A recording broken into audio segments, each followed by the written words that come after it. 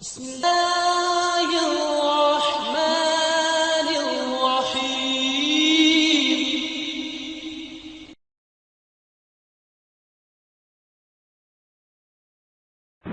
إن الحمد لله ونستعينه ونستغفره.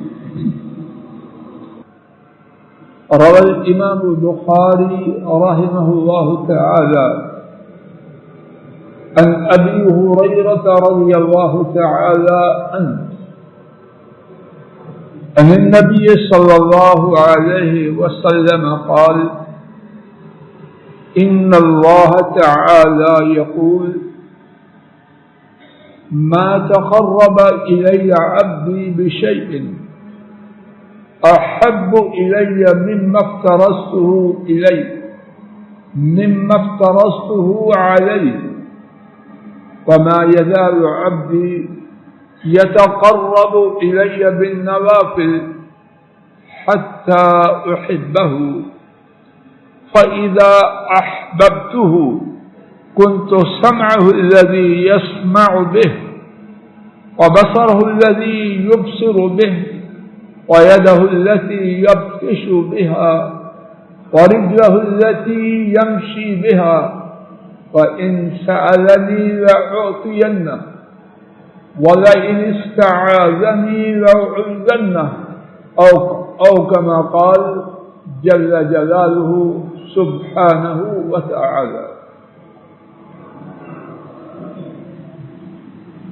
اس دنیا میں رہتے ہوئے کتنی ہی باتیں ہم کرتے اور سنتے،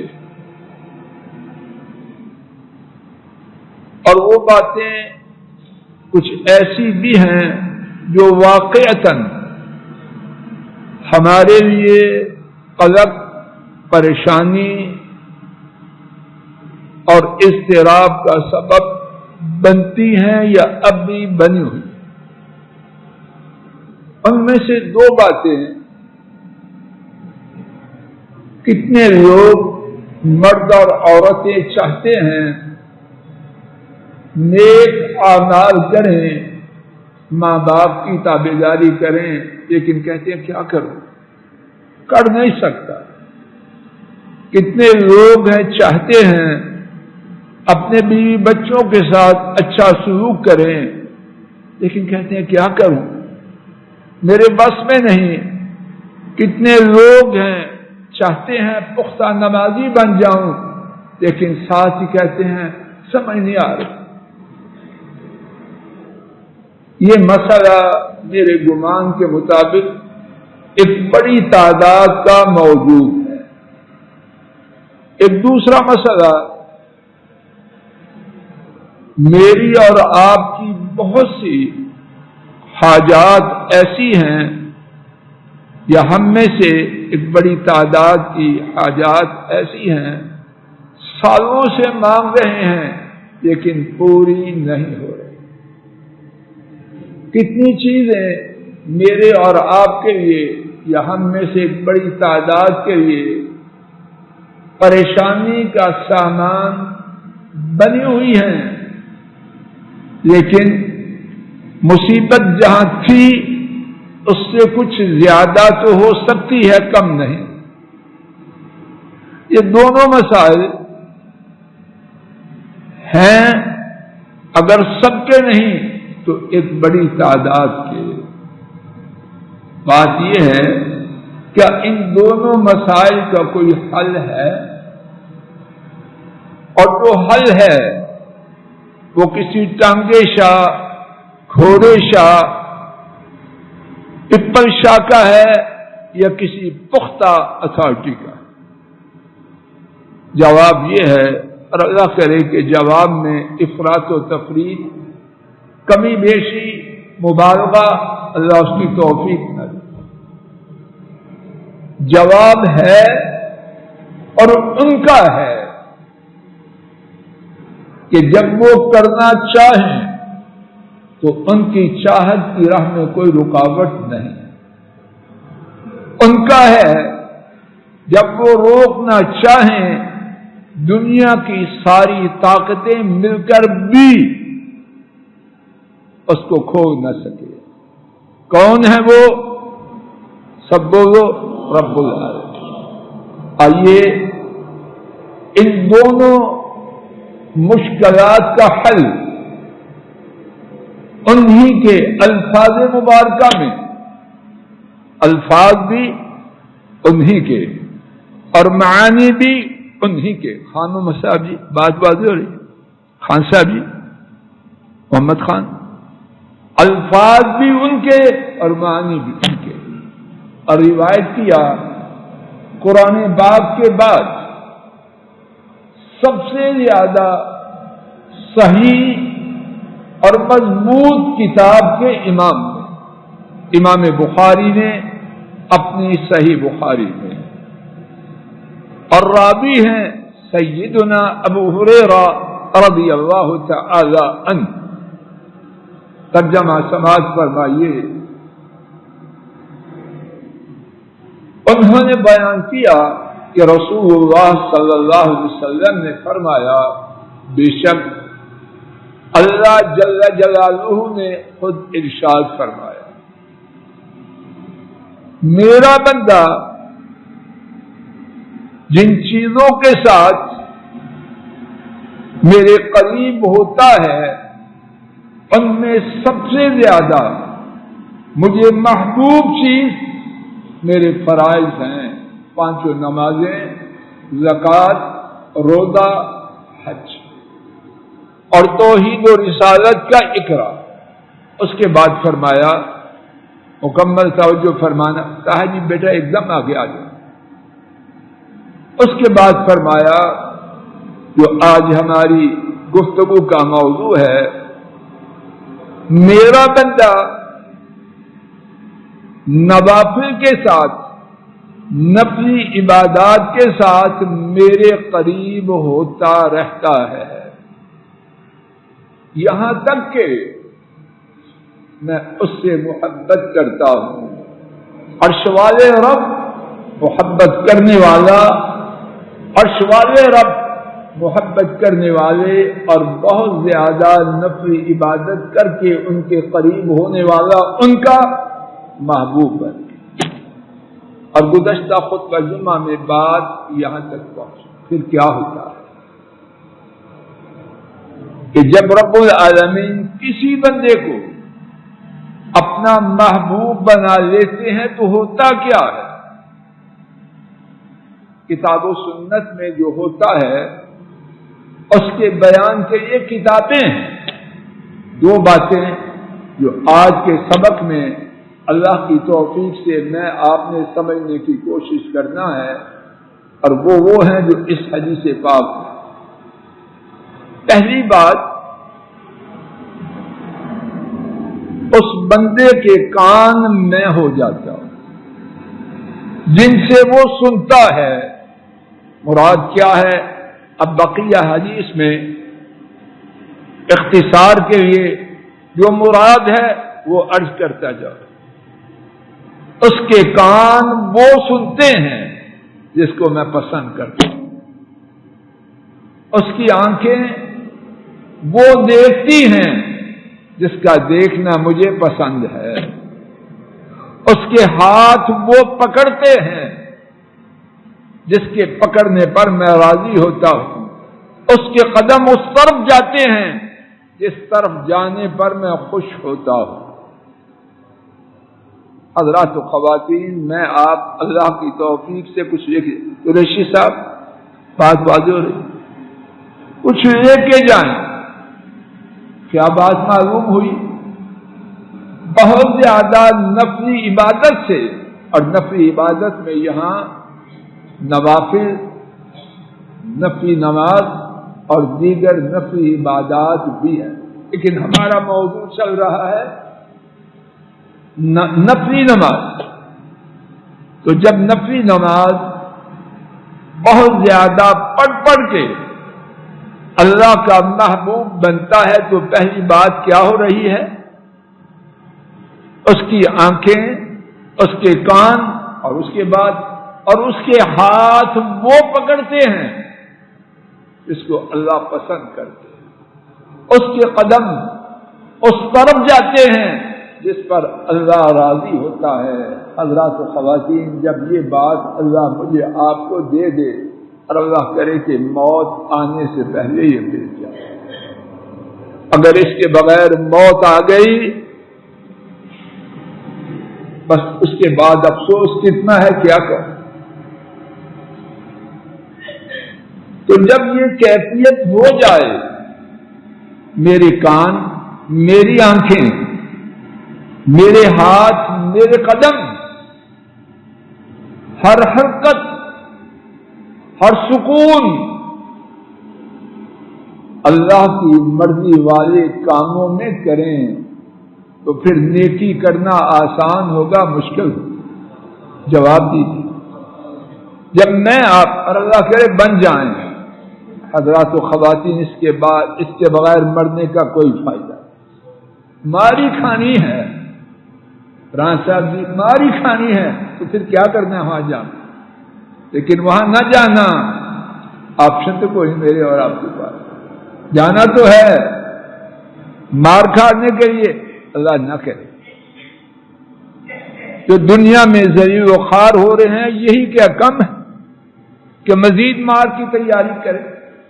اللہ اس کو بھی دور کرے اور وہاں بھی خیر۔ تو جب یہ کیفیت ہوگی، گناہ کی طرف اس کی آنکھ نہیں اٹھے گی، گناہ کی طرف اس کے کان سننے کے لیے نہیں لپکیں گے، اس کی زبان جو بات کانوں، آنکھوں، قدموں اور ہاتھوں کے، وہی بات زبان کی ہے۔ کبھی اماں کی شان میں گستاخی دور ہوں بھی کرے گا، چاہے گا زبان کٹ جائے، ماں کا دل دکھانے والی بات زبان پہ نہ آئے۔ برائی کے لیے ہاتھ اٹھائے، کسی پر ظلم کے لیے انگلی اٹھائے نہ، انگلی کا کٹنا گوارا کرے گا، لیکن کسی کی طرف اللہ کی نافرمانی کرتے ہوئے مذاق اور ٹھٹھا کرنے کے لیے انگلی اٹھانے کی جرات نہ کرے۔ حضرات و خواتین، اگر نوافل زیادہ پڑھنے کا اور کوئی فائدہ نہ ہو تو کیا ایک یہ فائدہ وسیم صاحب کم ہے؟ دوسرا فائدہ وَإِن سَأَلَنِي لَأُعْطِيَنَّهُ، ایسا بندہ جس کو میں نے اپنا محبوب بنا لیا، اگر اس نے، نوٹ فرمانا، اگر اس نے مجھ سے سوال کیا تو کیا کروں گا؟ بولو بولو، لَأُعْطِيَنَّهُ، یقیناً الفاظ کا ترجمہ یاد کر کے جائیں، یقیناً میں ضرور، یقیناً بھی اللہ پاک کے لفظ مبارک کا ترجمہ ہے، ضرور بھی ان کے لفظ مبارک کا ترجمہ۔ اللہ ضرور اور یقیناً نہ کہیں تو بات کچی ہے، ان کی ہر بات ہر حالت میں پکی ہے، لیکن یہ فرما رہے ہیں میرے ایسے نکمے جن کے دل میں میل ہو وہ بھی صاف ہو جائے اور رب ذو جلال کی بات سیدھی دل کی گہرائیوں میں پیوست ہو جائے۔ اگر اس نے مجھ سے مانگا تو یقیناً میں اسے ضرور دوں گا، اور بس نہیں، اور اگر اس نے مجھ سے پناہ مانگی تو میں اس کو ضرور پناہ دوں، اور کیا چاہیے۔ نفلی نماز کی شان و عظمت کے بارے میں ایک اور حدیث شریف، اس حدیث میں نوافل میں سے بھی خصوصاً ان 12 رکعتوں کا ذکر ہے جو نمازوں کے ساتھ جڑی، جن کو سنن مؤکدہ کہا جاتا ہے. ان کی کیا شان ہے. اور بعض لوگ اللہ مجھے اور ان کو ہدایت دے فرض پڑھ یہ کام ختم ہو گیا. میں آپ سنیں ساری زندگی اس سے فیض پا. امام مسلم رحمہ اللہ سیدۃ ام حبیبہ رضی اللہ تعالی عنہا ہم سب کی ماں نبی کریم صلی اللہ علیہ وسلم کی زوجہ محترم ان سے روایت کرتے ہیں. انہوں نے بیان کیا میں نے رسول اللہ صلی اللہ علیہ وسلم کو فرماتے ہوئے سنا من صلی اثنتی عشرۃ رکعہ فی یوم ولیلہ بنى اللہ لہ بہن بیتا فی الجنہ. جس شخص نے رات اور دن میں یعنی 24 گھنٹے میں 12 رکعتیں ادا کی اللہ تعالی ان 12 رکعتوں کی وجہ سے اس کے لیے کیا کرتے ہیں جنت میں ایک مکان بنا دیتے. میں آپ توجہ کریں مخصوص لوگوں کے علاوہ عام لوگ ایک بنانے کے لیے کتنی جدوجہد کرتے ہیں. ساری زندگی نوکری کرتے ہیں اور انتظار کرتے ہیں ریٹائرمنٹ ہوگی کچھ پیسے ملیں گے اور کچھ گھر میں بیگم نے جو بچت کی ہے جوڑ جاڑ کے ایک مکان بنا لیں 25-40 کا 30-60 کا 40 جو ممکن ہوگا. ایسی تعداد ہے کہ نہیں رانا الطاف صاحب؟ بڑی تعداد ہے. اور جب بن جاتا ہے تو کہتے ہیں بس زندگی کی مراد پوری ہو گئی. چاہتا تھا اللہ مکان دے دے, اللہ نے مکان دے دیا بس. واقعتاً دنیا میں سر چھپانے کے لیے اپنی کٹیا بہت بڑی نعمت اللہ سب کو عطا کی, اور جنہیں اللہ نے دی ہے اللہ انہیں اس کا شکر کرنے کی توفیق. اب یہاں 12 رکعتوں سے کیا بات مل رہی ہے؟ ان 12 رکعتوں کی وجہ سے اللہ تعالی جنت میں اس کے لیے گھر بنا دے. گھر F11 کا 2000 گز کے برابر ہوگا یا E11 کا یا D12 کا اس کے برابر ہوگا. سماعت فرمائیے نبی پاک صلی اللہ علیہ وسلم نے جنت کے گھر کی جو مواصفات جو اس کی تفصیل بتلائی ہے, 1 اینٹ سونے کی 1 اینٹ چاندی کی. اب سارے کا سارا گھر اس کی قیمت سونے کی اینٹ کے برابر ہے, اور یہ اینٹ جنت کی دنیا کی نہیں. اور اس کا جو گہرا ہوگا وہ تیز کستوری کا,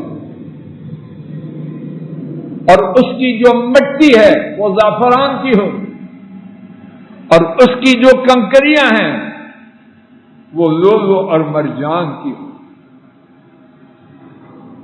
اور وہ گھر جنت کا نبی کریم صلی اللہ علیہ وسلم نے فرمایا جنت میں چھڑی کے برابر جگہ دنیا اور دنیا کی تمام چیزوں سے زیادہ قیمت.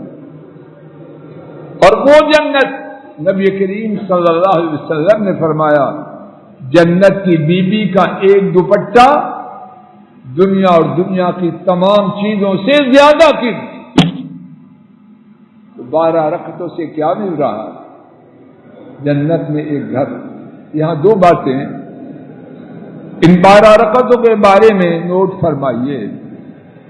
ایک دوسری روایت میں ہے ان 12 رکعتوں پر جمع رہا، یہ نہیں کسی دن 12 پڑھ لی اور جب بھیڑ ہو رہی ہے فرض بھی بار بار گھڑی دیکھ کے پڑھتا رہا. یہ کہانی نہیں. میرے مہمان ہیں، میرا یہ ہے، میرا وہ جو دنیا کے کام ہے، وہ مسجد میں آتے ہی اس کے دماغ پر شیطان اور خود شیطان بھی سوار ہو جائے. ایک دوسری روایت میں ان پر صبر کیا، مداومت کی. ایک اور روایت میں ہے اما عائشہ رضی اللہ تعالی عنہا نے اسے بیان کیا اور امام ترمذی نے اسے روایت کیا. ان 12 رکعتوں کی تفصیل انگلیوں پر شمار کرتے ہوئے یاد فرما لیجیے. 4 ظہر سے پہلے، 2 ظہر کے بعد، 6، 2 مغرب کے بعد، 8، 2 عشاء کے بعد، 10، 2 فجر سے پہلے، 12. کچھ ساتھیوں نے اللہ ان پر رحم کرے کچھ مزید رکعتیں اپنی طرف سے بڑھا لی ہیں، عشاء کی 17 رکعتیں. میرے علم کے مطابق یہ بات بالکل ثابت نہیں. ہاں عصر سے پہلے 4 رکعتیں ان کی بڑی شان ہے، لیکن وہ ان 12 کے علاوہ ہے اور اس کی حیثیت ان سے کم ہے. ظہر کے بعد 2 بھی ہیں اور 4 بھی ہیں، دونوں ثابت ہیں. اور ظہر سے پہلے 4 بھی ہیں اور 2. جو بات ثابت ہے سر اور آنکھوں، جو نہیں ثابت جس کی ہے وہ جان. ایک اور بات اس حدیث شریف کے حوالے سے سماعت فرمائیے. ام حبیبہ رضی اللہ عنہا اس حدیث کو روایت کرنے والی، انہوں نے یہ حدیث سنی تو خود کیا کیا؟ بس بیان کر دیا.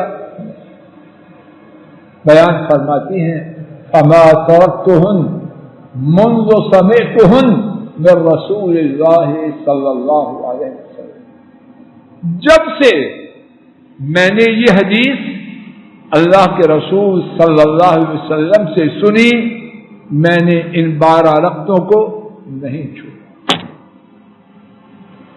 اور حضرت ام حبیبہ نے یہ حدیث اپنے بھیا، اپنے بھائی انبسہ، ام حبیبہ ابو سفیان رضی اللہ عنہما ان کی بیٹی، ان کے بھائی انبسہ، عین نون با سین سا، انہوں نے یہ حدیث اپنے بھیا انبسہ کو سنائی. انبسہ بیان کرتے ہیں فما ترکتہن منذ سمعتہن من ام حبیبہ رضی اللہ عنہا. جب سے میں نے یہ حدیث ام حبیبہ سے سنی، میں نے ان 12 رکعتوں کو نہ چھوڑا.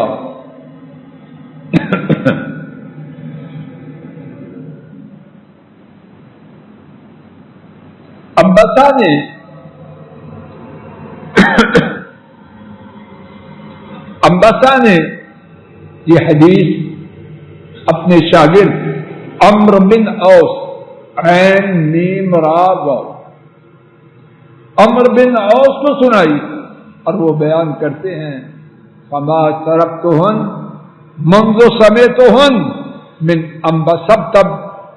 انبسہ ابن ابی سفیان. جب سے میں نے یہ حدیث انبسہ سے سنی، میں نے کبھی ان 12 رکعتوں کو نہ چھوڑا. عمرو بن اوس نے یہ حدیث اپنے شاگرد نعمان بن سالم کو سنائی اور نعمان بن سالم فرماتے ہیں ما ترکتہن منذ سمعتہن من عمرو بن اوس. جب سے میں نے یہ حدیث اپنے استاد عمرو بن اوس سے سنی، میں نے ان 12 رکعتوں کو نہ چھوڑا۔ توجہ فرمائیے، ام حبیبہ خوش نصیب، جب سے سنا ان کو نہ چھوڑا۔ ان کے بھیا عنبسہ جب سے یہ حدیث سنی ان سنتوں، ان 12 رکعتوں کو نہ چھوڑا۔ ان کے شاگرد عمرو جب سے انہوں نے یہ حدیث سنی ان 12 رکعتوں کو نہ چھوڑا۔ ان کے شاگرد نعمان جب سے یہ حدیث سنی ان 12 رکعتوں کو نہ چھوڑا۔ اللہ تعالیٰ مجھے آپ کو ہدایت دے، اپنی عقل مندی کے جھوٹے خوف سے نکلے، اللہ کے رسول صلی اللہ علیہ وسلم کی باتوں پہ آئیں اور دنیا و آخرت کی سعادتوں سے اپنے دامنوں کو لبریز کریں۔ اللہ تعالیٰ ایسے ہی فرمائے اور میری اور آپ کے اس بارے میں جو کوتاہی ہے وہ معاف فرما دے۔ وآخر دعوانا ان الحمد للہ رب العالمین۔ الحمد للہ نحمده ونستعینه ونستغفره ونعوذ باللہ من شرور انفسنا ومن سیئات اعمالنا، من يهده الله فلا مضل له ومن يضلل فلا هادي له، وأشهد أن لا إله إلا الله وحده لا شريك له، وأشهد أن محمدا عبده ورسوله صلوات ربي وسلام عليه۔